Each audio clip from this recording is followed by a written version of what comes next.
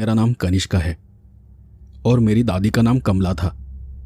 ये मेरी दादी की आप बीती है जिसे मैं आपको सुनाने जा रही हूं। दादी आज जिंदा नहीं है, पर उनकी सुनाई हुई कहानी आज भी मेरे मन में जिंदा है। और यह कहानी मैं आपको मेरी दादी के नजरिए से सुनाने जा रही हूं। लोग कहते हैं कि समय हर घाव को भर देता है, लेकिन रूह पर लगे खौफ के निशान कभी नहीं मिटते। मेरा नाम कमला है। घटना तब की है जब मेरी नई नई शादी हुई थी और मैं अपने पति दिनकर और ससुराल वालों के साथ एक वीरान इलाके में रहा करती थी। हमारा घर, जिसे हम मराठी में वाड़ा कहते हैं, वो घर मुख्य गांव से काफी दूर एक घने इलाके में और ऊबड़ खाबड़ झाड़ियों के बीच खड़ा था। सुना था कि उनके पुरखों में कोई बहुत अमीर था और शायद तभी से वो उस वाड़े में रहते चले आ रहे थे। लेकिन वक्त बीतने के साथ साथ उनकी अमीरी भी चली गई और वो वाड़ा रह गया।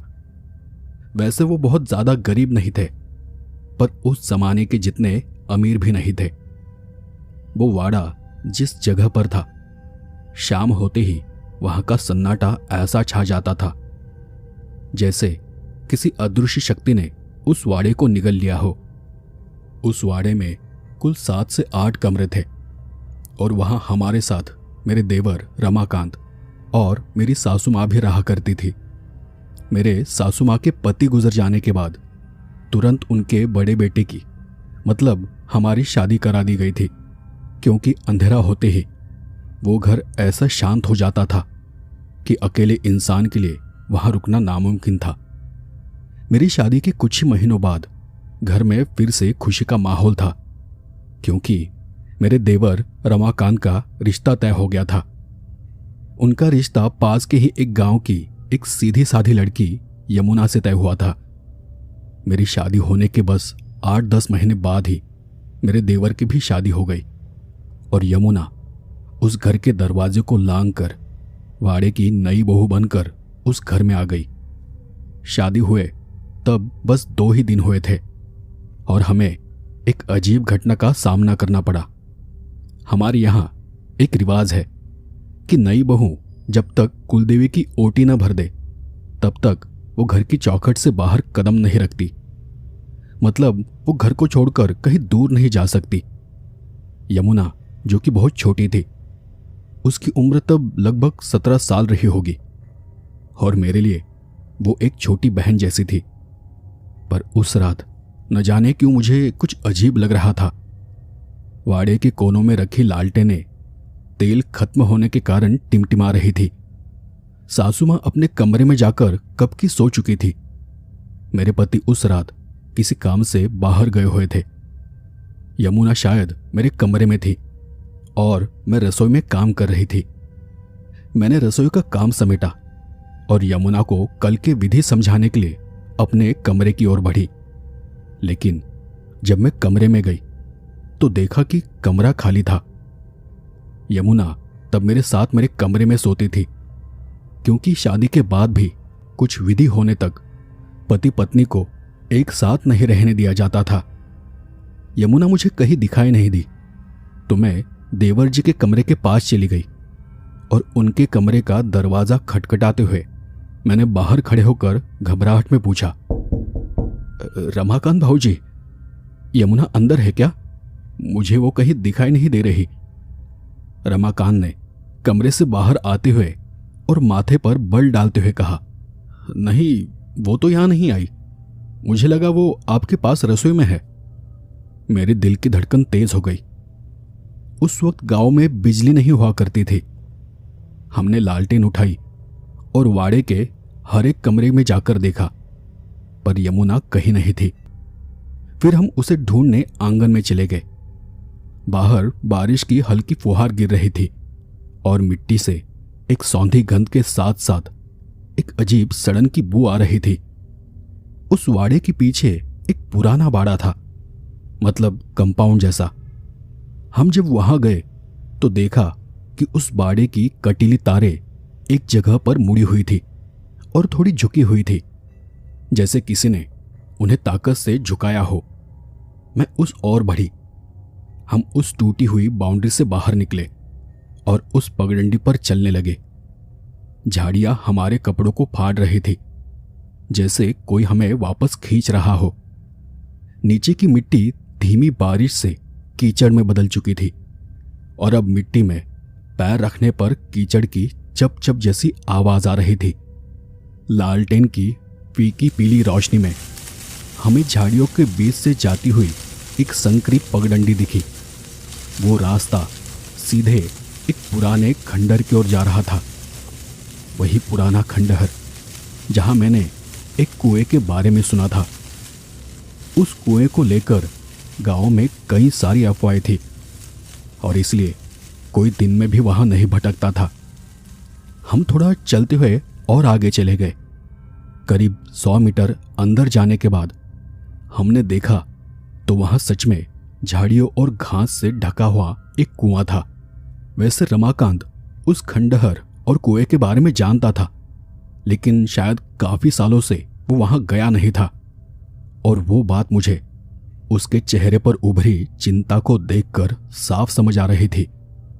रमाकांत ने लालटेन को ऊपर उठाते हुए उस घनी घास के अंदर अंधेरे में देखने की एक नाकाम कोशिश की और वहीं खड़े होकर उसने यमुना को आवाज लगाई, यमुना, यमुना, क्या तुम यहां हो? सामने से कोई जवाब नहीं आया, सिर्फ पेड़ों के पत्तों की सरसराहट और दूर कहीं से हमें उल्लू के रोने की आवाज सुनाई दी। और कुछ 10-15 कदम अंदर जाने के बाद कोहरे के बीच वो पुराना कुआं हमें साफ दिखाई दिया। उसकी मुंडेर टूटी हुई थी और उस पर काई जमी थी। लालटेन की एक पीली रोशनी जब कुएं की मुंडेर पर पड़ी तो वहां देख हमारे रोंगटे खड़े हो गए। यमुना वहां अकेली खड़ी थी। वो हरे रंग की साड़ी में थी। उसके बाल पूरी तरह खुले हुए थे और वो झुककर कुएं के अंदर काले पानी में एकटक कुछ देख रही थी। उसे हमारे वहां आने का कोई होश नहीं था। वो हिल भी नहीं रही थी। उसकी छवि बिल्कुल किसी पत्थर की मूरत जैसी थी।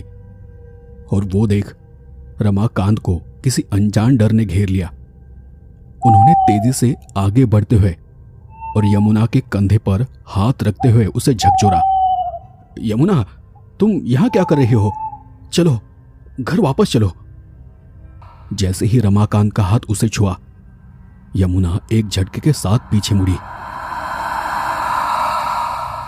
उसकी आंखों में वो कोमलता नहीं थी जो 2 दिन पहले थी। उसकी पुतलियां चौड़ी थी और चेहरा पूरी तरह सफेद पड़ चुका था। वो कुछ नहीं बोली। उसने बस एक तीखी नजर हम पर डाली और गुर्राते हुए, गुस्से में पैर पटकते हुए वो वहां से घर की ओर चली गई। उसके हाव भाव कुछ ऐसे थे कि अगर हम उसे कुछ कहते या उसे कुछ करते तो शायद वो हमें वही मार देती। जैसे वो घर की ओर बढ़ी, हम भी उसके पीछे पीछे घर चले गए। हम घर गए तो देखा कि यमुना मेरे कमरे में जाकर एक खाट पर दीवार की तरफ मुंह कर कर लेट गई थी। देवर जी भी अपने कमरे में चले गए और मैं वहां अकेली रह गई। मैंने धीरे से बिना किसी आवाज किए अपना बिस्तर लगाया और शांति से वहीं नीचे सो गई। लेकिन सच कहूं तो उस रात में मैं बिल्कुल भी सो नहीं पाई। आंखें बंद करते ही मुझे यमुना का वो भयानक रूप बार बार याद आ रहा था। फिर भी अगले दिन यमुना पहले जैसे ही शांत थी, जैसे उसे कुछ हुआ ही ना हो। मैंने रात के बारे में उसे 3-4 बार पूछा, लेकिन उसने बस मुस्कुराकर बात को टाल दिया। मैंने भी सोचा कि शायद वो बस एक छोटी सी घटना थी या वो खुद उसके बारे में बात नहीं करना चाहती, और इसलिए मैंने उस बात को जाने दिया। ऐसे करते करते 5-6 दिन और बीत गए और एक दोपहर अचानक खबर आई कि उनकी बुआ की तबीयत बहुत खराब है, और इसलिए उसी दिन दोपहर मेरी सासू माँ, मेरे पति और मेरे देवर जी सब उन्हें देखने के लिए तुरंत दूसरे गांव निकल गए। और तब पूरे वाड़े में सिर्फ मैं और यमुना हम दोनों ही थे। दोपहर का वक्त था, पर फिर भी वाड़े का सन्नाटा इतना गहरा था कि बारीक से बारीक आवाज भी उस वाड़े के अंदर गूंज रही थी। यमुना उस वक्त अपने कमरे में बैठी थी और मैं चुपचाप अपने सारे काम निपटा रही थी। तभी दरवाजे पर एक जोरदार दस्तक हुई। मैंने दरवाजा खोला तो देखा कि मेरे पति के दोस्त श्याम भाऊ बाहर खड़े थे। उनके हाथ में एक काले रंग का थैला था जिससे खून की कुछ बूंदें नीचे गिर रही थी। श्याम भाऊ ने पसीने से तरबतर चेहरा पोंछते हुए और थैली आगे बढ़ाते हुए कहा, भाभी एक बहुत जरूरी काम है, मुझे थोड़ा जरूरी काम से बाहर जाना है। मैं ये मटन अपने घर ले जा रहा था, पर मेरे पास अब उतना वक्त नहीं है। क्या आप इसे मेरे घर पहुंचा दोगी? मैंने संकोच करते हुए कहा, अरे भाऊ, मैं घर छोड़कर नहीं जा सकती। यमुना घर में अकेली है और वो भी घर से बाहर कदम नहीं रख सकती। श्याम भाऊ ने फिर आगे कहा, तो आप इसे अपने यहां रख दीजिए, जैसे ही मैं लौट आऊंगा मैं ले जाऊंगा, या गांव से कोई इस तरफ आए तो उसके हाथ घर भिजवा देना। मैंने फिर उन्हें कहा, भाऊ आपको तो पता है इस तरफ कोई नहीं आता। उन्होंने थैला मेरे हाथ में थमाते हुए और मुस्कुरा कर कहा, अरे रख दीजिए ना, इतना वक्त नहीं है मेरे पास। कोई आए तो ठीक, ना आए तो भी ठीक, चाहे तो आप खुद बनाकर खा लो, और हाँ, नई भाभी जी को भी खिला देना। और इतना बोलकर वो जल्दी जल्दी में वहां से चले गए। मैंने बिना कोई जवाब दिए वो मटन का थैला ले लिया और रसोई में जाकर एक बर्तन के नीचे रख दिया। सोचा कि बाद में देखूंगी कि इसका क्या करना है। धीरे धीरे शाम होती चली गई, पर हमारे गांव से कोई भी घर की तरफ नहीं आया। अब मटन बनाने का मन होने लगा था, पर तभी मुझे एक बात याद आ गई कि यमुना तो मांस मटन नहीं खाती और बाकी घरवाले कब तक लौट आएंगे ये भी मुझे पता नहीं है। उस वक्त शाम ढल रही थी। बाहर फैल रहा कोहरा अब हवेली की खिड़कियों से अंदर झांकने लगा था। 7 बज रहे होंगे जब मैंने खाना बनाने के लिए रसोई में कदम रखा और वहां जाकर देखा तो बर्तन सीधा था और मटन की थैली गायब थी। मैंने सोचा शायद कोई बिल्ली ले गई होगी। फिर भी मैंने उस थैले को सब तरफ ढूंढा, अलमारियों के पीछे, दूसरे बर्तन के नीचे, पर थैली का कहीं नामो निशान नहीं था। यमुना तो मांस मटन को छूती तक नहीं थी, तो उसके हाथ लगाने का सवाल ही नहीं था। पर फिर भी न जाने क्यों मुझे उस पल एक अजीब सी घबराहट हो रही थी। फिर यमुना कमरे से बाहर आई और यमुना के आने के बाद हमने सादा दाल चावल बनाकर खा लिया और फिर जल्दी ही हम दोनों मेरे कमरे में सोने चले गए। आधी रात होने को थी, पर घरवाले अब तक नहीं लौटे थे। मैंने अपने कमरे की कुंडी कसकर लगा ली और सोने से पहले 3-4 बार उसे टटोल कर देखा। यमुना को देखा तो यमुना करवट बदलकर लेटी हुई थी और फिर मैं लालटेन की रोशनी कम कर सोने की कोशिश करने लगी। पता नहीं वक्त क्या हो रहा था, पर किसी खड़खड़ाहट की आवाज से एकदम से मेरी आंख खुली। आंख खोलते ही मुझे महसूस हुआ कि कमरे में एक बर्फीली ठंडक फैली है। मैंने बगल में हाथ मारा तो बिस्तर खाली था। यमुना अपनी जगह से गायब थी। बाहर से आता झिंगुर का शोर सुनकर मुझे इतना तो अंदाजा हो गया कि अभी तक सुबह नहीं हुई है और अब भी आधी रात का वक्त चल रहा है। और अचानक से एक बहुत डरावना ख्याल मेरे मन में आ गया और उसे सोचकर मेरा कलेजा धक से रह गया। क्या यमुना फिर से उस कुएं के पास तो नहीं चली गई? घर में उस वक्त कोई दूसरा मर्द नहीं था और अकेले बाहर जाने की मुझ में हिम्मत नहीं थी। लेकिन यमुना छोटी थी, मासूम थी और उसे ऐसे अकेले छोड़ना भी मुमकिन नहीं था। मैंने पास रखी लालटेन उठाई, उसकी लौ को बढ़ाया और कांपते पैरों से वाड़े के पिछले दरवाजे की ओर बढ़ी। बाहर से कुत्तों के रोने की आवाज इतनी डरावनी थी कि मेरी रूह कांप गई। मैंने दरवाजे को देखा तो दरवाजा खुला था, बस उसे धकेल कर बंद कर दिया गया था। मैं वो दरवाजा खोल फिर से उसी टूटे हुए बाड़े के पास पहुंची। मैंने लालटेन की रोशनी में पगडंडी को देखा और फिर लालटेन को ऊपर उठाते हुए सामने देखने लगी, क्योंकि पगडंडी की गीली मिट्टी पर पैरों के निशान थे। मैंने वहीं पड़ा एक डंडा उठाया और लालटेन की लौ को थोड़ा कम कर दिया और फिर दबे पांव उन झाड़ियों के बीच से कुएं की ओर चलने लगी। डरते घबराते अपने आप को हिम्मत देते हुए मैं धीरे धीरे उस कुएं के करीब जा रही थी। जैसे जैसे मैं कुएं के करीब जा रही थी, मेरे अंदर का डर भी बढ़ता जा रहा था। एक सिहरन सी पूरे शरीर में दौड़ रही थी, जिसके कारण बार बार मेरे रोंगटे खड़े हो रहे थे। डर इतना ज्यादा था कि मेरे माथे पर पसीना उभर आया। मैंने काफी आगे जाने के बाद झाड़ियों के पीछे छिपकर उस कुएं की ओर देखा और वहां देख मेरा दिल जैसे बैठ सा गया। मेरी आवाज मेरे हलक में ही दबी रह गई। मैंने देखा कि यमुना कुएं की मुंडेर पर बैठी थी। उसके सामने वही मटन की थैली खुली पड़ी थी और वो उकड़ू बैठकर खून से सने उस कच्चे मटन को अपने दोनों हाथों से पकड़कर दांतों से नोच रही थी। और फिर मैंने देखा कि वो मटन को चबा नहीं रही थी, बल्कि किसी जंगली जानवर की तरह निगल रही थी। उसके होठों के कोनों से खून और लार टपक रही थी।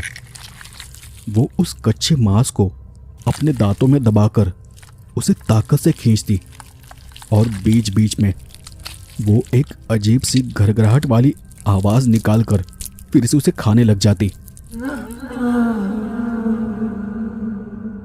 उसकी आंखों में ऐसी वहशी चमक थी जो किसी इंसान की नहीं हो सकती थी। उस बीच वो बार बार उस कुएं के अंदर झांक रही थी और फिर वो कच्चे मांस को अपने दांतों से फाड़ने लग जाती। मैं डर के मारे पीछे हटने लगी। अचानक मेरा पैर एक सूखी टहनी पर पड़ा और एक जोर की आवाज हुई। वो छोटी सी आवाज उसका ध्यान खींचने के लिए काफी थी। यमुना ने अचानक अपना सिर पीछे घुमाया। उसकी गर्दन चटकने की आवाज मुझे उस सन्नाटे में साफ सुनाई दी। उसने सीधे मेरी दिशा में देखा। हालांकि मैं झाड़ियों के पीछे थी, पर उसकी वो नजर देखकर मेरी सांस अटक गई। मैंने कांपते हाथों से लालटेन की रोशनी और कम कर दी और मैं तेजी से पलटी और अपनी जान बचाकर बाड़ी की तरफ भागने लगी। मैं जब भाग रही थी तब मेरे पैरों की आवाज ही मुझ में और ज्यादा डर पैदा कर रही थी, क्योंकि मुझे ऐसा लग रहा था जैसे वो भी मेरे पीछे पीछे भाग रही है। मैं भागते हुए घर के अंदर पहुंची और पिछला दरवाजा इतनी जोर से पटका कि उसकी आवाज पूरे दालान में गूंज उठी। मैं पागलों की तरह अपने कमरे की तरफ भागी और कांपते हाथों से उस दरवाजे की कुंडी चढ़ाने की कोशिश करने लगी कि तभी मुझे बाड़े का मुख्य दरवाजा खुलने की आवाज सुनाई दी। मेरे पैर सुन्न पड़ गए। तब मुझे याद आया कि जल्दी जल्दी मैं दरवाजा बंद करना भूल गई थी। यमुना अब वापस आ गई थी। मैं कुंडी छोड़कर वही जमीन पर ढह गई। मेरी सांसें इतनी तेज थी कि उसकी आवाज बाहर तक जा सकती थी। मैं उसी हालत में फर्श पर रेंगते हुए चुपचाप से अपने बिस्तर में घुस गई और चादर सर तक ओढ़कर सोने का नाटक करने लगी। मैंने अपना मुंह चादर के अंदर दबा लिया ताकि मेरी तेज सांसों की आवाज बाहर सुनाई ना दे। और फिर से दरवाजा खुला। अब यह मेरे कमरे का दरवाजा था। दरवाजा खुलते ही कमरे में अचानक वही सड़ांध और कच्चे मांस की गंध फैल गई। मतलब यमुना कमरे में आ चुकी थी। उसके चलने की आवाज सामान्य नहीं थी। ऐसा लग रहा था जैसे कोई अपने पंजों के बल धीरे धीरे रेंग रहा हो। वो मेरे पास आई और ठीक मेरे बगल में, वही मेरे पास खाली जगह में लेट गई। उसके शरीर का स्पर्श होते ही एक तेज सिहरन मेरे अंदर दौड़ गई। उसका शरीर किसी लाश की तरह ठंडा था। मेरे चेहरे पर चादर जरूर थी, पर अंदर मेरी आंखें खुली थी और उस अंधेरे में मुझे उसकी भारी और घरघराहट भरी सांसें सुनाई दे रही थी।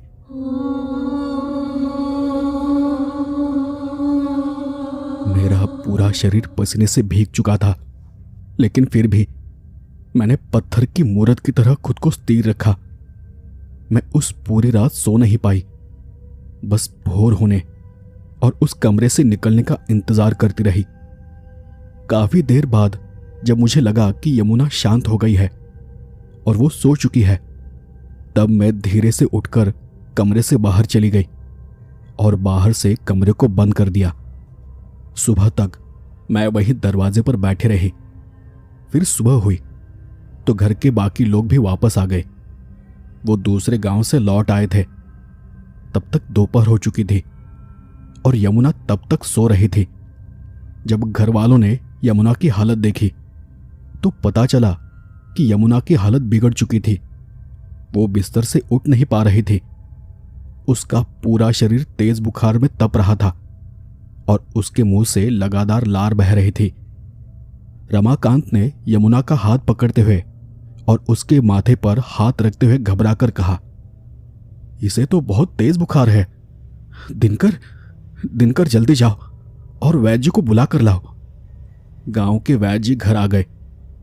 उन्होंने जड़ी बूटियां दी, लेकिन फिर भी यमुना का बुखार उतरने का नाम नहीं ले रहा था। मैंने अब तक घर वालों को कुछ भी नहीं बताया था, क्योंकि मुझे डर था कि वो मुझे ही इस सब के लिए जिम्मेदार ठहराएंगे। लेकिन यमुना की वो तड़पती हुई हालत मुझसे देखी नहीं गई। आखिरकार कांपती हुई आवाज में मैंने उन्हें रात की वो पूरी घटना सुनाई। उसे सुनकर सब चौंक गए। मेरी बात सुनते ही पूरे वाड़े में सन्नाटा पसर गया। सासू मां के चेहरे का रंग उड़ गया और उसी शाम उन्होंने एक अनुभवी मांत्रिक को बुलाने का फैसला किया। मांत्रिक जब वाड़े की चौखट पर पहुंचा तो उसने अंदर कदम रखने से पहले ही अपनी आंखें बंद कर ली और वो वहां की हवा को सूंघने लगा। मांत्रिक ने अपनी सूखी और भारी आवाज में सासू मां से कहा, तुम्हारे घर में किसी बीमार का नहीं, बल्कि किसी अतृप्त का साया है। इसे सुनते ही पूरे वाड़े में सन्नाटा छा गया। सासू मां ने कांपती आवाज में मांत्रिक को पूरी घटना बताई। मांत्रिक ने यमुना को देखा। वो होश में तो थी, लेकिन उसकी आंखें पीली पड़ चुकी थी और पुतलियां स्थिर थी। मांत्रिक ने अपनी थैली से कुछ काली राख निकाली और उसे यमुना की तरफ फेंका। राख शरीर को छूते ही यमुना एक अमानवीय आवाज में चीखी और चारपाई से उछलकर फर्श पर जा गिरी। उस पल वो किसी इंसान की तरह नहीं, बल्कि एक हिंसक जानवर की तरह गुर्रा रही थी। मांत्रिक ने उसका वो भयानक रूप देखकर गंभीर होकर कहा, इसे एक बुरी आत्मा ने पकड़ लिया है, जो शायद सालों पहले उस कुएं में डूबकर मर चुकी है। अगर इसे जल्द से जल्द नहीं निकाला गया तो ये यमुना को अपने साथ उसी कुएं की गहराई में ले जाएगी। तब रमाकांत हाथ जोड़कर उससे बोला, बाबा जी, कोई भी उपाय हो, बस मेरी पत्नी को बचा लीजिए। मांत्रिक हम सबको कमरे से बाहर ले गया और उसने हमें एक बहुत ही कठिन और खौफनाक उपाय बताया। उसने कहा कि आने वाली अमावस्या की आधी रात को घर की किसी एक सुहागन स्त्री को उसी कुएं पर अकेले जाना होगा। उसे बिल्कुल वैसे ही दुल्हन की तरह सजना होगा जैसे यमुना सजी थी। वही साड़ी, वही हरी चूड़ियां, वही मंगलसूत्र और माथे पर बड़ी बिंदी। वहां जाकर उसे एक घास से बने पुतले को अपने सारे गहने और वो साड़ी पहनानी होगी और फिर उसे आग लगाकर वापस लौट आना होगा। हम सब एक दूसरे को देख रहे थे। फिर मांत्रिक ने कुछ सोचते हुए चेतावनी के स्वर में कहा, और जो भी औरत वहां जाएगी, उसने अगर पीछे मुड़कर देखा या डर के मारे वो चीखी, तो वो आत्मा उसे वही मार देगी। वहां जो भी जाएगा उसे अपने आप पर काबू रखना होगा, क्योंकि ये काम बहुत जोखिम भरा है। ये सब सुनकर घर में सन्नाटा पसर गया। सासू मां और रमाकांत डरे हुए थे। मेरे पति ने भी मेरा हाथ पकड़ा, जैसे वो मुझे वहां जाने से मना कर रहे हो। लेकिन मैंने यमुना की हालत देखी थी और मेरे लिए वो मेरी छोटी बहन जैसी थी। उस मासूम को तो पता भी नहीं था कि उसके साथ क्या हो रहा है। मैंने अपनी मुट्ठियां भींची और उस काम को करने के लिए तैयार हो गई। मैंने दृढ़ निश्चय के साथ कहा, यमुना को इस नर्क से बाहर निकालने के लिए मैं जाऊंगी। आखिर 4 दिन बाद अमावस्या की रात आई। पूरा गांव सन्नाटे में डूबा हुआ था। बादल इतने घने थे कि आसमान में एक भी तारा नहीं दिख रहा था। मैंने रात होते ही तैयारी शुरू कर दी। अंदर से एक और ऊपर से यमुना की हरी साड़ी पहनी और फिर चूड़ी पहनकर, बिंदी लगाकर किसी दुल्हन की तरह सज धज कर मैं तैयार हो गई। मेरे हाथों की हरी चूड़ियां हर हरकत पर छन छन की आवाज कर रही थी। रात के 1 बजे थे। मैंने लालटेन उठाई और उस कुएं की ओर जाती पगडंडी पर चल पड़ी। मेरे सारे घर वाले तब दरवाजे के पास ही खड़े थे। अंधेरा इतना घना था कि लालटेन की रोशनी भी उसके सामने फीकी लग रही थी। मेरे चलने के साथ साथ झाड़ियों से एक सरसराहट की आवाज आ रही थी, जैसे वहां से कोई मुझे देख रहा हो। मैं अपने आप को संभालते हुए धीरे धीरे उस कुएं के पास पहुंची। घर वाले सभी बाड़े के बाहर खड़े होकर मेरे आने का इंतजार कर रहे थे और उस पल मेरे दिमाग में भी बस यही चल रहा था कि मैं ये सब खत्म कर यहां से जल्द निकल जाऊं। पर वहां जाते ही मुझे महसूस हुआ कि वहां का तापमान अचानक गिर गया है। मैंने एक नजर आसपास के अंधेरे को देखा। अपने हाथ में जो घास से बना पुतला था, मैंने उसे नीचे रखा। अपने सारे गहने चूड़ियां उतारकर उसे पहना दी और साड़ी को उतारकर उस पर लपेट दिया। और फिर मैं उसे लालटेन की आग से जलाने ही वाली थी कि तभी हवा की साए साए आवाज के बीच मुझे किसी के पानी से बाहर निकलने की एक आवाज सुनाई दी। मैंने अपनी नजरें ऊपर उठाई तो कुएं की मुंडेर के सामने एक धुंधली काली आकृति उभरने लगी। वो आकृति धीरे धीरे एक इंसानी रूप लेने लगी। वो एक लंबी काली आकृति थी, जैसे कोई औरत हो जिसका शरीर गीला था और उनमें से कोई भयानक बदबू आ रही थी। मैं उस बदबू से समझ गई कि वो वही परछाई थी जिसने यमुना को काबू कर रखा था। और उस पुतले को देख उसने अपना मुंह खोला। उस पल मैंने देखा कि उसके मुंह में दांत नहीं थे, बल्कि वो एक गहरा काला गड्ढा था, जैसे कोई गहरी काली गुफा हो। और उस पुतले को देख वो अपनी भारी आवाज में कुछ गुनगुनाने लगी। उसकी वो अजीब आवाज सुनकर मेरा पूरा शरीर कांप रहा था, पर फिर भी मैंने हिम्मत से काम लिया और भगवान का नाम लेते हुए मैं धीरे धीरे उसके करीब चली गई। वो साया मेरी ओर हाथ बढ़ा रहा था। उसके नाखूनों से काला तरल पदार्थ टपक रहा था। जैसे ही वो मेरे बिल्कुल पास आई, मैंने झपट कर लालटेन को उस कुएं की मुंडेर पर फेंक दिया। लालटेन का कांच टूटते ही एक जोर की आग भड़क उठी और तब मैंने देखा कि तेल पुतले पर गिरने से उसने भी आग पकड़ ली है और वो अब जल रहा है। उसी पल उस साये ने एक कान फाड़ देने वाली चीख मारी। अब उसकी नजर मुझ पर थी। मैंने अपनी नजरें हटाई और मैं पलटी और फिर अपनी जान बचाकर मैं वाड़ी की ओर भागी। मेरे पीछे कोई था। उसकी सांसों की आवाज मेरे कानों में सुनाई दे रही थी। एक पल तो मुझे ऐसा लगा कि किसी ने मेरी साड़ी का पल्लू पकड़ लिया है। उस पल मेरा मन हुआ कि मैं पीछे मुड़कर देखूं, लेकिन तभी मुझे मांत्रिक की बात याद आ गई। मैंने अपनी आंखें बंद की और बिना पीछे मुड़े वो पल्लू जोर से खींचा और फिर से भागने लगी। भागते हुए मैं वाड़े के पास पहुंची तो वहां खड़े वो सब मुझे देखते रह गए, पर मैं सीधे वाड़े के अंदर जा पहुंची और पूजा घर में जाकर वहीं गिर पड़ी। वहां यमुना को पहले से ही बिठाया गया था।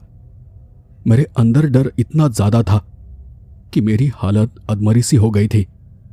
मेरा पूरा शरीर थरथरा रहा था और तब यमुना मुझे देख रही थी, क्योंकि उसे खुद समझ नहीं आ रहा था कि वहां क्या हो रहा है। मैंने उस अधमरी हालत में यमुना के माथे को छुआ और उसे छूते ही एक पल के लिए यमुना का शरीर जोर से थरथराया और अगले ही पल वो झटका खाकर बेसुध होकर नीचे गिर पड़ी। उसी क्षण बाहर दूर कहीं से एक जोर की चीख सुनाई दी और फिर सब कुछ शांत हो गया। जब मुझे होश आया तो सारे घर वाले मेरे इर्द गिर्द खड़े थे और वो मेरे होश में आने का इंतजार कर रहे थे। मेरे पति ने मेरा हाथ पकड़कर मेरे माथे को सहलाकर कहा, सब ठीक है, किसी को कुछ नहीं हुआ है। और तब जाकर मैंने एक राहत की सांस ली। मेरी आंखों में आंसू भर आए और सबने मुझे हौसला दिया। पर सच कहूं तो वो घटना मेरे लिए एक ऐसा सदमा थी जिससे उभरने में मुझे सालों लग गए।